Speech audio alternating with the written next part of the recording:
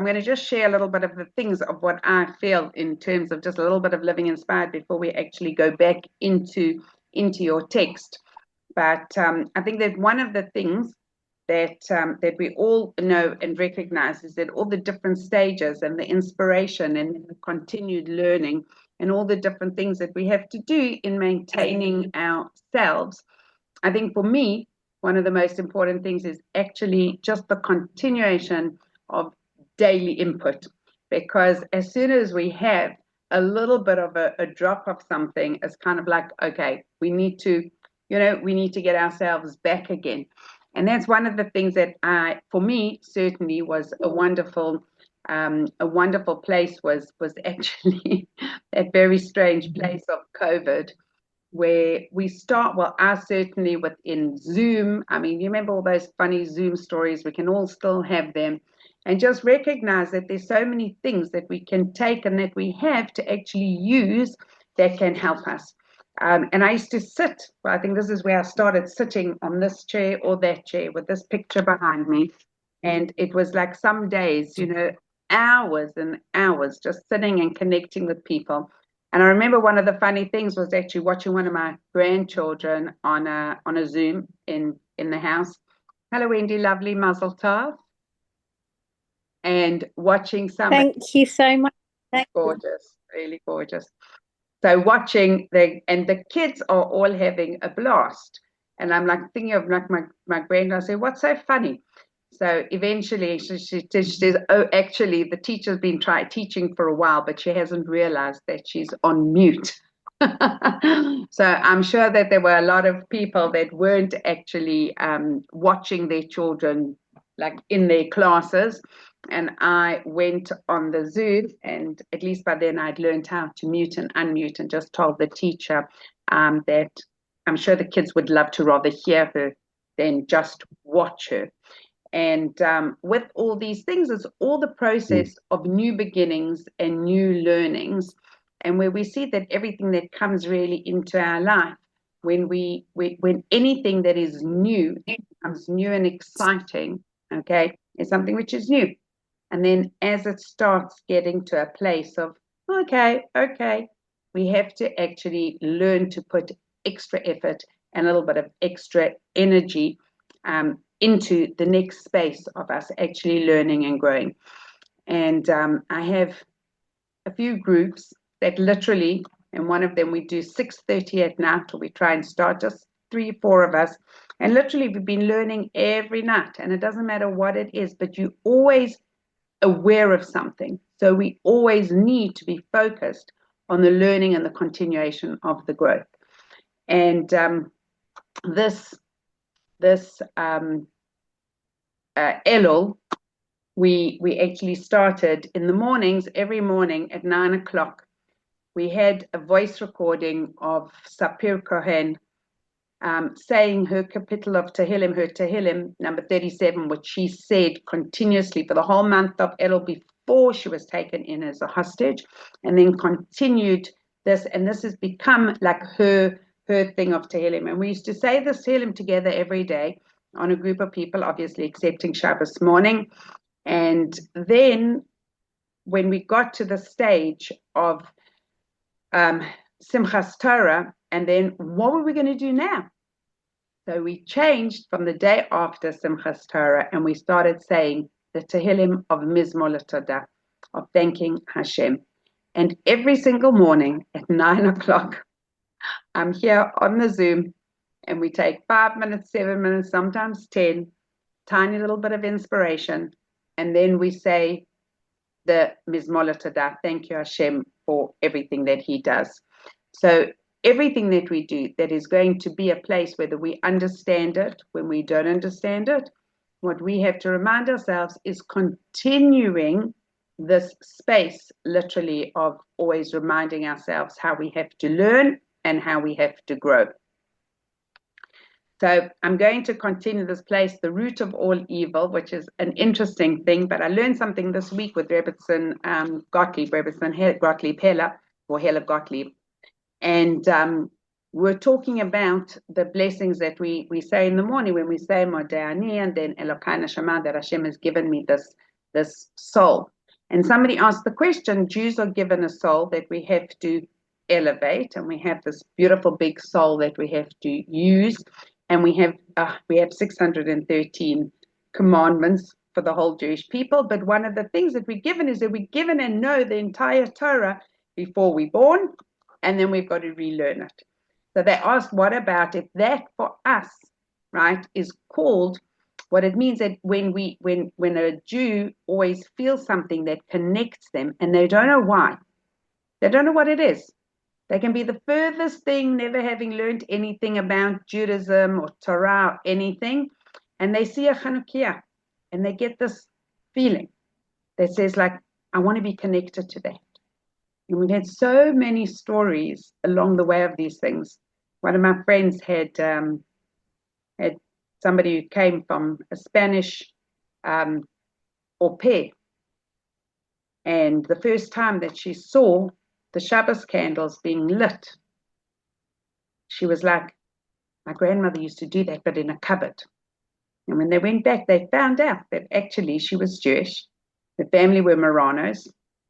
And they think, but it wasn't that they found that out. She had that feeling that just ignited something that she knew was there. And where does that come from? That's from the neshama that we actually given and born with, that has intrinsically this Jewish connection, the connection that takes us to Torah. And that's what we call the nitzutz, the little spark, which becomes ignited through any different place that we feel sometimes a little bit connected to. And the truth is that somebody asked, what about somebody a non-Jewish neshama? Somebody saw, so well, they are a non-Jew, is actually born with internalized the 7 commandments of the children of Noach. So actually, they also have and are born with intrinsic sense of good and bad, of good and evil. And it's hard to see that now in the world.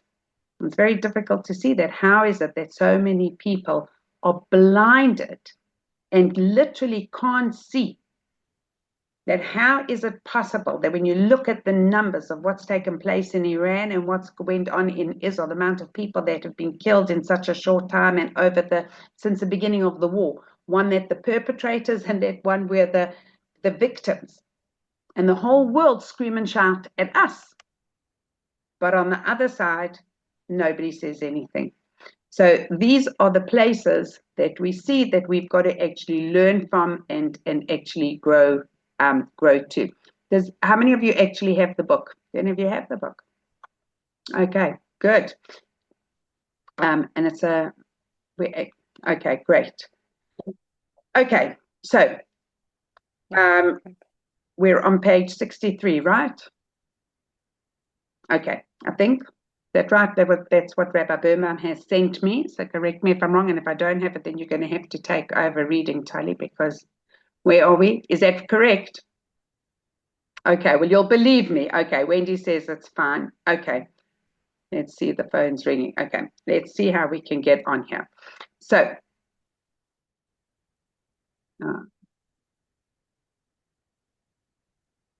okay, so we just have a few minutes just to continue with the text, and let's see what he's saying. So he says, let us try to perceive this a little bit deeper, okay? Firstly, we notice a pervasive duality in this match. It is engraved with Hashem's name, the name of all-encompassing kindness, but also the plagues, the manifestations of Hashem's strict punitive judgment. It's used to perform miracles of salvation and sustenance for the Jewish people, but acts as the rod of retribution for the Egyptians. It punishes evil, but is capable of becoming an embodiment of evil. And it is to serve Moshe as a sign to the Jewish people, proving Hashem's appearance to him, to assure him that they will believe him, but simultaneously chastises him for having stated that they would not believe. Okay? In the hand, it is a manifestation of divine, of Hashem's will, stretching back to the creation cast to the earth in its manifestation of that primal evil, which also originates at the beginning of time. The Rabbi Tat says to us, let's go a little bit deeper. When we understand that there's an idea that evil is not created in the world, however, it is certainly made possible. Changing the possibility into reality is our choice. If we do not pervert the world, it remains good. If we deflect it from its natural state, we bring evil into being. And there's a mystical source which indicates that the higher worlds are created straight, and this finite physical would represent a bending of the straightness.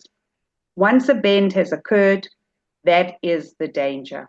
When all is straight, no error can be made, and when a bend manifests, error has not become inevitable, but it has become decidedly possible. The world that we live in actually has the ability to be totally pure, to be totally good, and to bring only goodness to the world. It becomes man's choice. We're given the ability to be able to choose and to decide whether we want something to be good or we want something to be evil. Human nature does not always go with the way Hashem wants us to. And one of the things that I cannot wait for is when Mashiach comes, there's going to be clarity. Clarity of goodness. Clarity of people having made bad choices. But the more beautiful one is the clarity of people having made good choices. Our choice becomes something, do we go with Hashem or do we go against Hashem? And that has to be something that we're all going to learn through, and that we understand that we learn all the good and we turn that into even better good, but it has to come through a process of making that choice of choosing good over evil. May we all be blessed to have that ability and the blessing of seeing with clarity what will be good and not to choose. None of us here in this space would, but that people should merit not to choose evil, and that we should only choose and have that as part of the manifestation of the world that we're going to be living in. And with that, I wish everybody a beautiful Shabbos. I just made a bracha on the dough that I separated, and I'm quickly going to make another dough for the next share at 8:30. If anybody wants to join me, we have Leslie Gutman talking on resilience. To join that, that's on my personal link. If you want it, let me know, and I'll send it to you. And these are the things. So when we make this bracha, one of the things that I say is that I make the blessing, I separate the challah, and I always think of myself as looking, this is not just the piece of dough which I'm going to wrap and dispose of. This is the piece of dough that I am going to take, and very, very soon, Emirza Hashem, I'm going to take this and I am going to have my challah to be able to go and give it to the Kohanim at the Beit HaMikdash. And if you can see that a little bit, this is what I hope to be doing very, very, very soon. And I hope that you're all going to join me in doing that very soon. Okay, wishing everybody a beautiful, beautiful, beautiful Shabbos. Thank you. Thank you. Good Shabbos. Thank you. Thank you. Pleasure.